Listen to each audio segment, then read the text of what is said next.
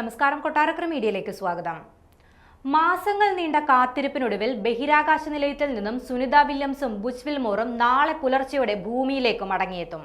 Sunitha വില്യംസിന്റെയും Butch വിൽമോറിന്റെയും ഭൂമിയിലേക്കുള്ള തിരിച്ചുവരവിനായുള്ള count down ആരംഭിച്ചു. അന്താരാഷ്ട്ര ബഹിരാകാശ നിലയത്തിൽ നിന്ന് 9 മാസത്തിലേറെ ചിലവഴിച്ചതിന് പിന്നാലെയാണ് സ്പേസ് എക്സ് ക്രൂ 9 ഭൂമിയിലേക്കുള്ള ഇരുവരുടെയും മടക്കം. ഇന്ന് രാവിലെ 8:15 ഡ്രാഗൺ സ്പേസ് ക്രാഫ്റ്റ് പേടകം തിരിച്ചുവരവിനായുള്ള തയ്യാറെടുപ്പുകൾ ആരംഭിച്ചിരുന്നു. പേടകം ഇന്ന് രാവിലെ 10:30 ബഹിരാകാശ നിലയം വിട്ടത്. ബുധനാഴ്ച പുലർച്ചെ 3:27 ഇരുവരും ഭൂമി തൊടുകയും ചെയ്യും.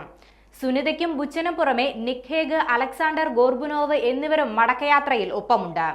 ഡ്രാഗൺ പേടകത്തിന്റെ തിരിച്ചുവരവിന് അനുയോജ്യമായ കാലാവസ്ഥയാണെന്ന് നാസയും അറിയിച്ചിട്ടുണ്ട്.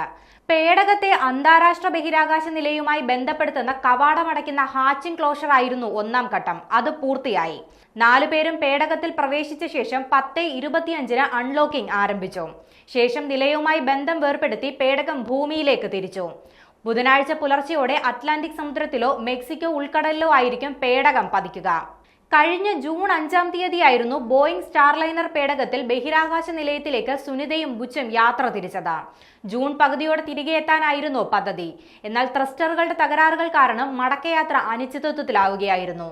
ജൂൺ 14 മടങ്ങേണ്ട പേടകത്തിന്റെ യാത്ര പിന്നീട് പലതവണ മാറ്റിവെച്ചു.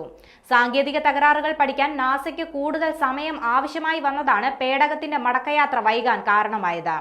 പിന്നാലെയാണ് ഇലോൺ മസ്കിന്റെ സ്പേസ് എക്സിന്റെ ക്രൂ 9 മിഷന്റെ ഡ്രാഗൺ സ്പേസ് ക്രാഫ്റ്റിൽ സുനിതയെയും വിൽമോറിനെയും തിരികെ എത്തിക്കാൻ തീരുമാനിച്ചത്.